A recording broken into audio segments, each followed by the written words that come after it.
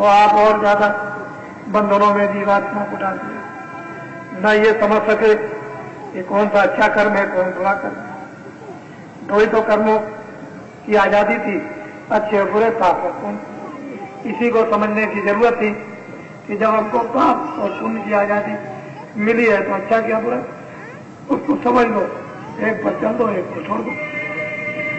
ये भी नहीं समझ पाए।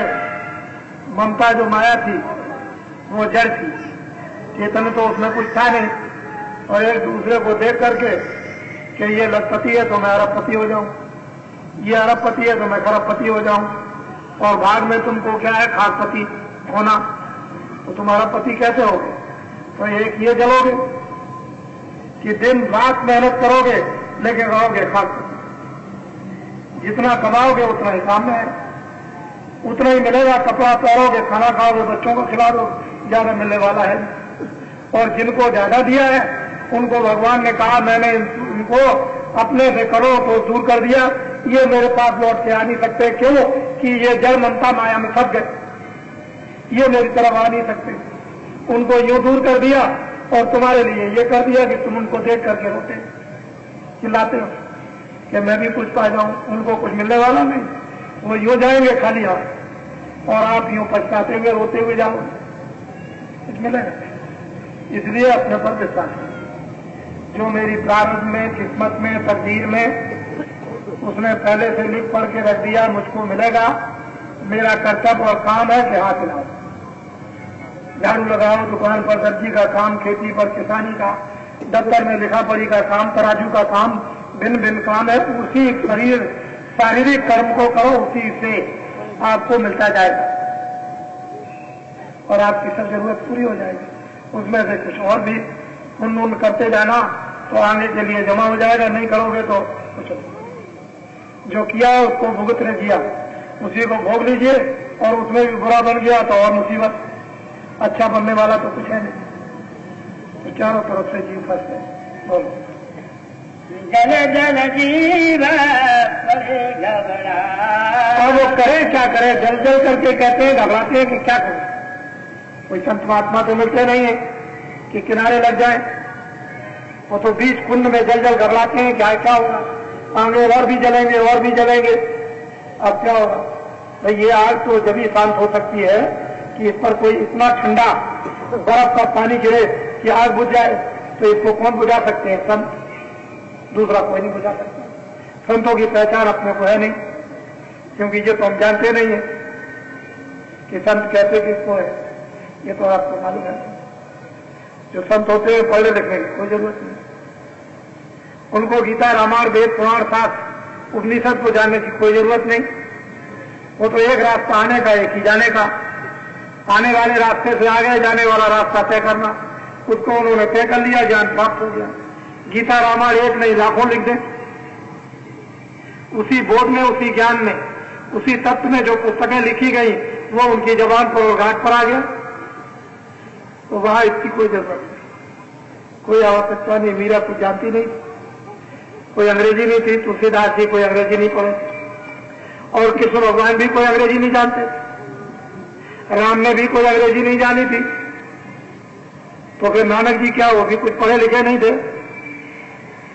कबीरदास का इतिहास यही कहता है, जितने सिद्ध पुरुष महात्मा हो गए जिनके मंदिर बने, उनमें से एक भी अंग्रेजी नहीं जानता। शंकराचार्य जो शरीर को बदल देते थे वो भी अंग्रेजी नहीं जानते थे। तो आपने ये कैसे समझ लिया कि भारत में लोग विज्ञान नहीं जानते? इससे भी बड़ा चढ़ा विज्ञान था उस महापुरुषों के उस योग भाषा में। इतना बड़ा चढ़ा ज्ञान था कि एक एक कण कण को जोड़ दें, जर्रे जर्रे को जोड़ के न मालूम क्या, और जर्रे में क्या ताकत है ये आपको क्या मालूम। तो ये महात्माओं ने ही ये बताया कि भौतिक क्या ज्ञान और आध्यात्मिक, और दोनों का अलग अलग और सामान उन्होंने घटाया दोनों।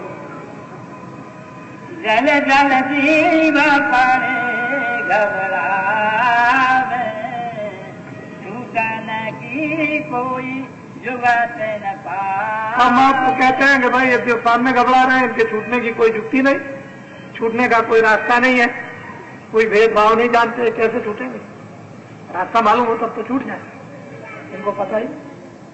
ये तो न मालूम कितने दिनों से बांध लिए गए, और एक खूंटे इनके लिए बंधे खरबों खरबों खूंटा, कितने खूंटे से बंधे हुए हो इस मैदान में, इतने खूंटों में रस्सी बंधी हुई है कि उसकी गिनती हो ही नहीं सकती।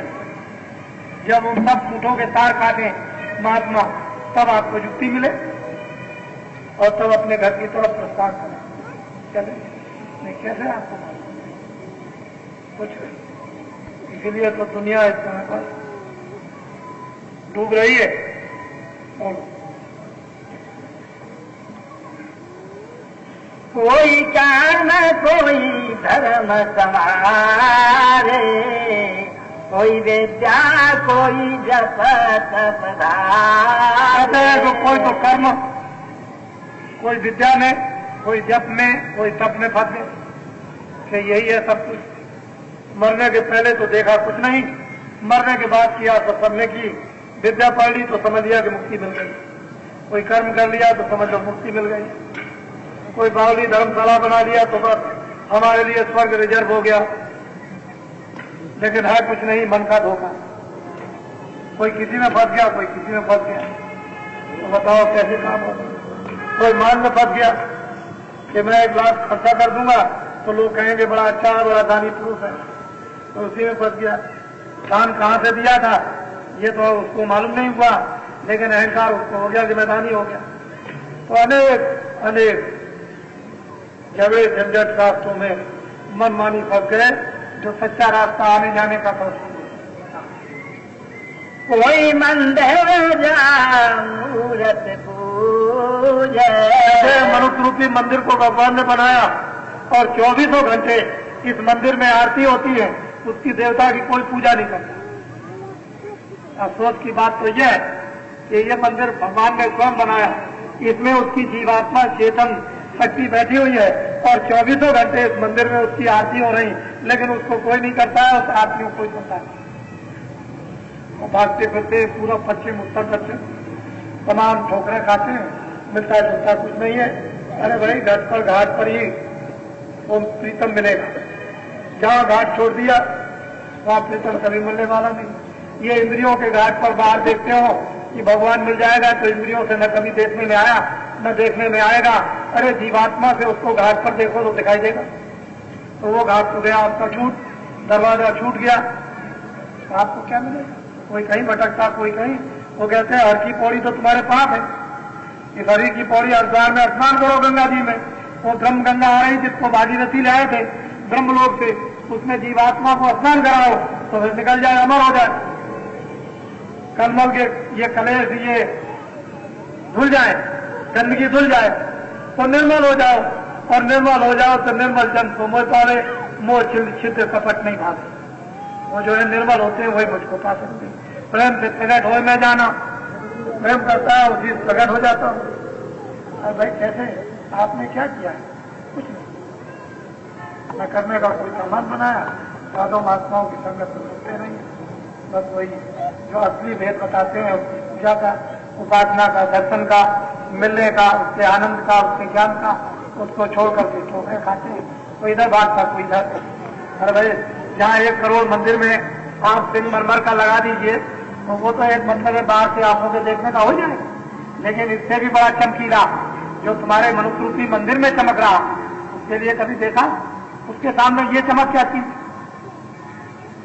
वहां तो ये कहते हैं कि जब महात्माओं की औषधि जड़ी मिलेगी और जब तुम रगड़ मारोगे और ये सब मन बुद्धि चित्त है, अंतःकरण जीवात्मा जब धुलेगी तो ये फाटक खुल जाएगा।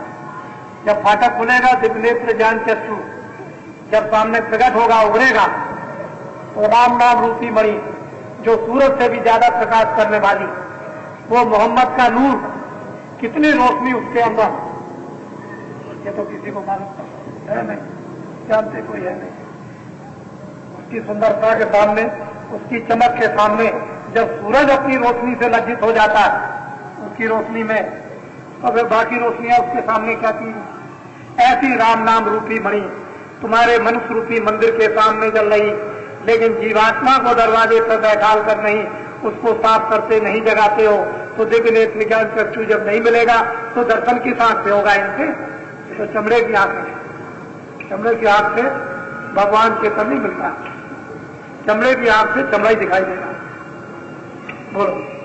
कोई तीरथ कोई बरतन जूझे, जो तीरथ करना चाहिए था, जिसलिए तीरथ में जाते थे कि हम निर्मल हो जाए।